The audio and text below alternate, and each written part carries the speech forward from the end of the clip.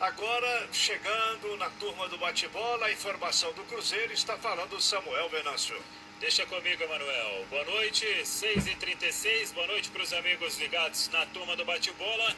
Mais uma semana que vai terminando. Foi a primeira semana do Sérgio Santos Rodrigues, oficialmente presidente do Cruzeiro. E na conversa que a gente teve com o novo presidente ontem, falamos sobre vários assuntos, os de negociações, as vendas, a venda, melhor dizendo, do jovem Edu, que foi oficializada pelo Cruzeiro, cerca aí de 3 milhões de reais, o clube recebendo, mantendo 15% dos direitos econômicos do atleta, as saídas do Edilson e do Robinho, outras saídas podem acontecer ao longo da próxima semana, e também a situação do Lucas Romero. É impressionante o carinho do torcedor do Cruzeiro com o Lucas Romero, que está no Independente de Avejaneda. O Sérgio Santos falou aqui na Itatiaia, claro que tem o sonho, mas que não é uma situação fácil, até por causa de envolver grana, O que menos tem o Cruzeiro hoje é grana no cofre para fazer contratação. Mas é um sonho, claro, de todo torcedor cruzeirense ter a volta do Lucas Romero. Hoje o cenário é mais complicado para o Romero continuar no Independente, está com salário atrasado, o clube vivendo uma grave crise financeira. Tem possibilidade de ir para o futebol mexicano, mas isso vai ficar para os próximos dias. Na conversa com o Sérgio Santos Rodrigues, que está lá no nosso podcast, separei outros trechos importantes aqui para a turma do bate-bola. Primeiro, ele falando sobre quais receitas o Cruzeiro ainda tem para sobreviver em 2020. Vamos ouvir Sérgio Santos Rodrigues.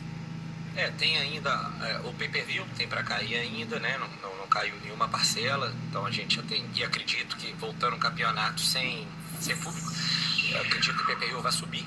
Então, é uma receita interessante. Temos outras propostas de patrocínio, existem alguns produtos que a gente pretende lançar para o centenário, inclusive uma reformulação de nova categoria de sócio, nova forma de tratar o sócio que a gente acredita que vai vir.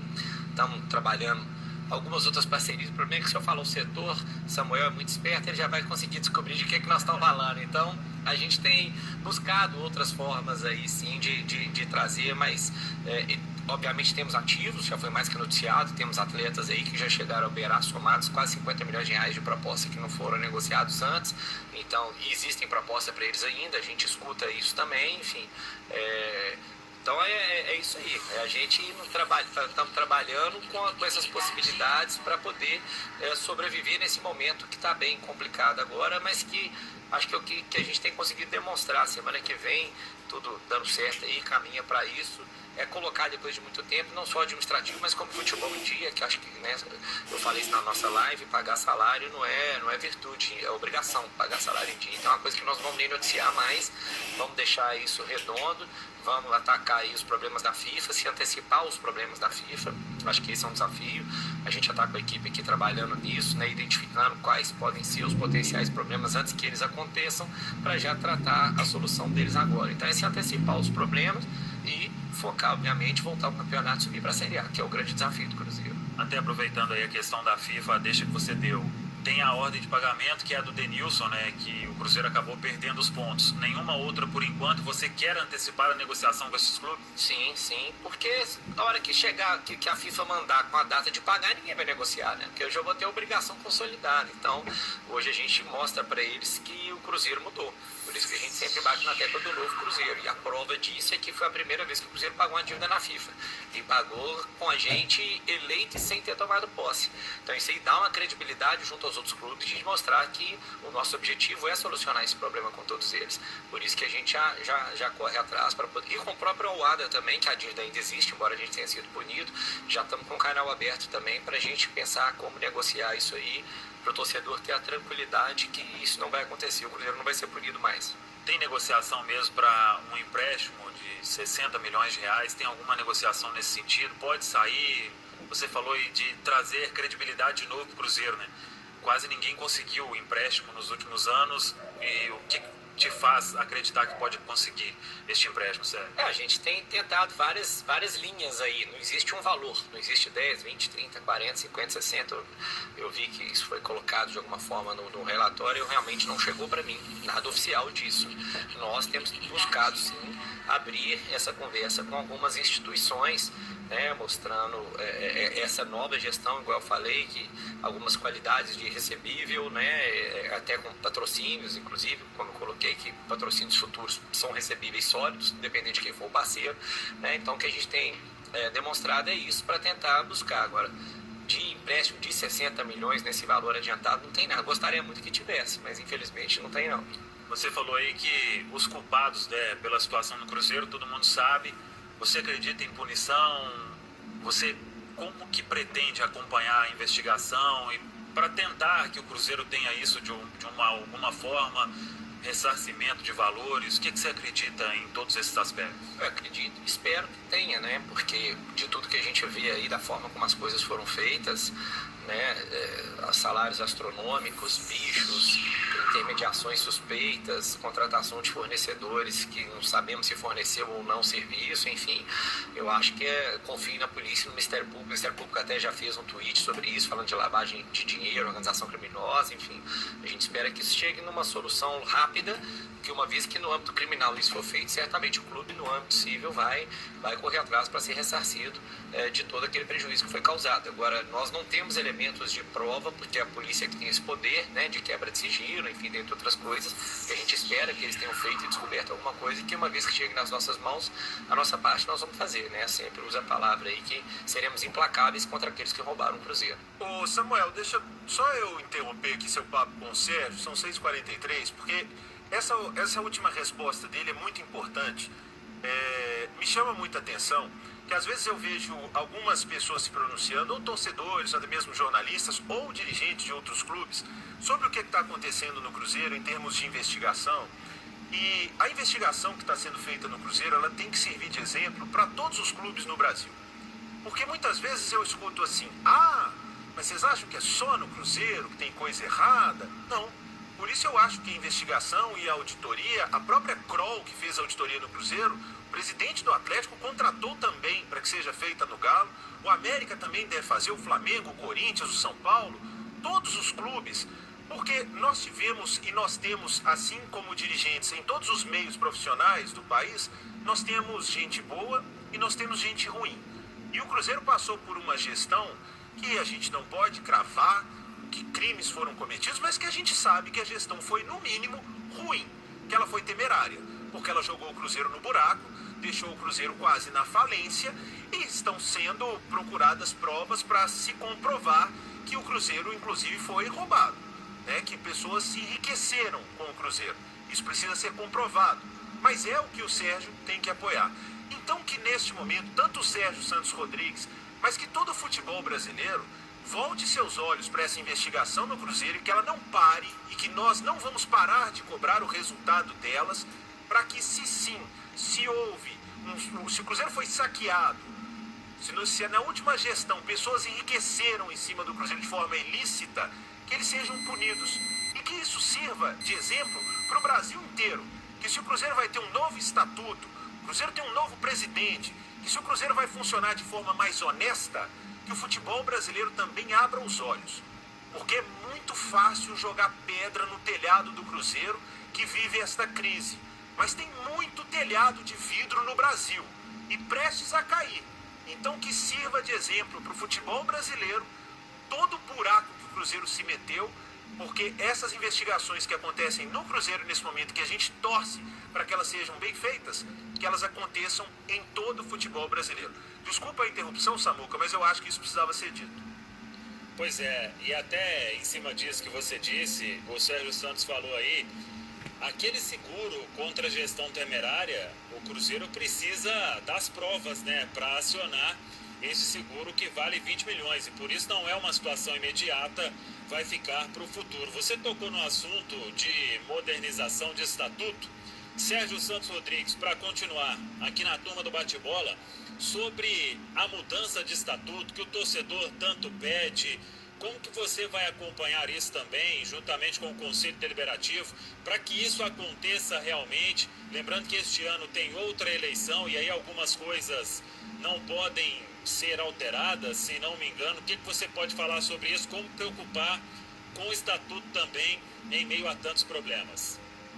Eu acho que isso é fundamental, é um desejo meu, pessoal, dos meus vices, que a gente já falou, da nossa diretoria, pelo que eu conversei com o presidente do Conselho Deliberativo também, é um desejo deles, dos conselheiros, da torcida, e é um trabalho que pode se desenvolver em paralelo. Eu não vejo discussão política nenhuma que envolva isso, até porque o objetivo de todo mundo a modernizar o estatuto é proteger o Cruzeiro, né? E é isso que a gente quer, que o Cruzeiro seja protegido realmente, inclusive de mim ou de qualquer outra pessoa que passar aqui. Esse é aí que a gente faz uma instituição forte. Um país é forte quando a sua Constituição é forte, então o clube é forte quando o seu estatuto é forte, não tem brechas, né? E bem amarrado nesses aspectos de governança, de compliance, que são palavras que para nós são muito caras, que a gente valoriza muito. Então, me parece, pelo que eu conversei com o Paulo, já estava nomeando uma comissão para isso, colocando, nós temos grandes juristas no nosso conselho, grandes advogados, grandes juízes, grandes embargadores, então pegar pessoas boas para que isso seja discutido e efetivado o quanto antes. E assim, inclusive no âmbito eleitoral, não há problema em se mudar agora, só não se aplicaria para a eleição desse ano, essa é a questão. Então, acho que pode ser uma grande mudança feita de uma vez, só valendo lembrar que os aspectos eleitorais não valeriam para essa eleição. E entrando nisso também do Conselho, conselheiros foram excluídos, né, por causa daquele regulamento do Estatuto, né, de não ser remunerado. O que vai ser feito disso? Como que será conduzido esse processo para se passar pelo Conselho Deliberativo? O que você pode falar? Eu tenho uma opinião jurídica sobre isso, e já, inclusive na época da eleição eu dei uma entrevista sobre isso, acho que até não sei se foi para você, foi para Itatiaia que eu dei uma entrevista que reverberou depois por alguns não tão bem intencionados aí de forma negativa, querendo dizer que eu estava defendendo os conselheiros e eu explicava que não era isso. Eu, como jurista legalista, eu conheço o regimento e o estatuto do Cruzeiro e para mim sempre esteve muito claro ali, a expulsão de conselheiro deve ser feita pelo Conselho Deliberativo. Então, eu venho conversando também hoje com alguns juristas do Conselho, o caminho que nós entendemos que é o correto é pegar esses processos, submeter para o Conselho Deliberativo julgar. Eu acho que é o mais correto. E, inclusive, acho que o que demonstra que a nossa posição está acertada é que a decisão do desembargador foi exatamente nesse sentido. Né? Ela dizer, deu a liminar para restabelecer o cargo de conselheiro para esses 30 conselheiros, até que seja julgado o processo pelo órgão competente, que é o Conselho Deliberativo. Então, para mim, o caminho correto é o caminho que está previsto no Estatuto. Esses conselheiros deveriam, por mim, eu extinguiria os processos, é isso que a gente conversa hoje, para poder, os processos judiciais, claro, para que sejam montadas comissões de julgamento dentro do Conselho Deliberativo, e lembrando que a palavra final é de todos os conselheiros. Aí tem que se marcar uma grande reunião para votar um a um a exclusão, porque também não pode ser em bloco, cada situação é uma diferente da outra. Você falou do Emanuel Carneiro, se eu não pergunto isso, eu acho que eu perderia o emprego. Toca um Felício Brandi? Centro de Formação Felício Brandi, isso aí já está